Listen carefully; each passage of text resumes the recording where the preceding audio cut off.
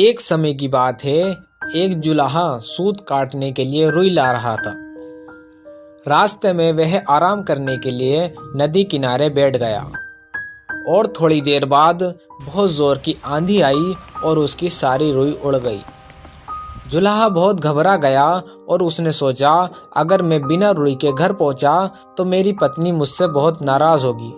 घबराहट में उसे कुछ नहीं सूझ रहा था।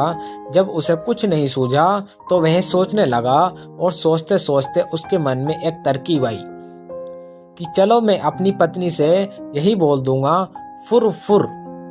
और वह फुर फुर बोलता हुआ जा रहा था। आगे एक बहेलिया पक्षी पकड़ रहा था और उस जुलाहे के फुर फुर करने से वो सारे पक्षी उड़ गए।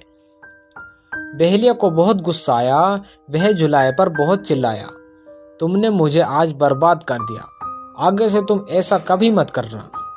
आगे से तुम ये कहना जो मैं तुम्हें बता रहा हूँ। आगे से तुम यही कहोगे, पकड़ो पकड़ो। जुलाहा जोर जोर से पकड़ो पकड़ो रटने लगा। रास्ते में कुछ चोर रुपए गिन रहे थे। जुलाहे की पकड़ो पकड़ो आवाज सुनकर वो सभी चोर घबरा गए। फिर उन्होंने देखा कि अकेला एक आदमी चला आ रहा था। चोरों ने उसे पकड़ा और गुस्से होते हुए बोला, ये क्या बक रहे हो? हमें मरवाने का इरादा है क्या?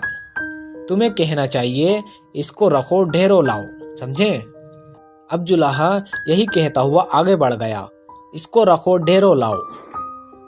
जब वह शमशान के पास से गुजर रहा था तो गांव वाले एक अर्थी जला रहे थे। उस गांव में हैजे की बीमारी फैली हुई थी। उन्होंने जुलाहे को यह कहता हुआ सुना, इसको रखो ढेरों लाओ।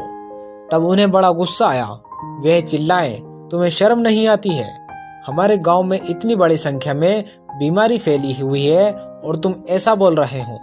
तुम्हें ये कहना चाहिए, ये तो बड़े दुख की बात है। जुलाहा शर्म से पानी पानी हो गया।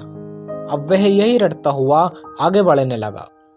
कुछ देर के बाद वह एक बारात के पास से गुजरा। बारातियों ने उसे ये कहते हुए सुना, ये तो बड़े दुख की बात है।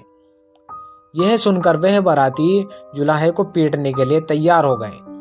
बड़ी मुश्किल से उसने अपनी सफाई दी और बाराती बोले, अब तुम यहाँ से आगे बढ़ो और आगे से तुम यही बोलोगे जो हम बता रहे हैं। भाग्य में होता तो ऐसा सुख मिलता। अब जुलाहा यही रटता हुआ अपनी राह चल दिया। चलते चलते अंधेरा हो गया था।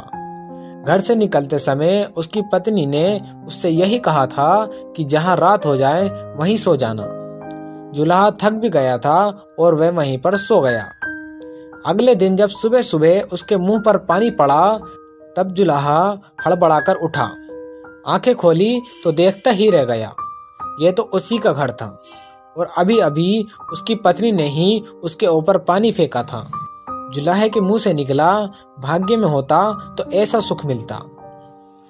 दोस्तों, कहानी अच्छी लगी हो तो वीडियो को लाइक करें और ऐसी ही और कहानी सुनने के लिए हमारे चैनल स्टोरीज MDM को सब्सक्राइब करें।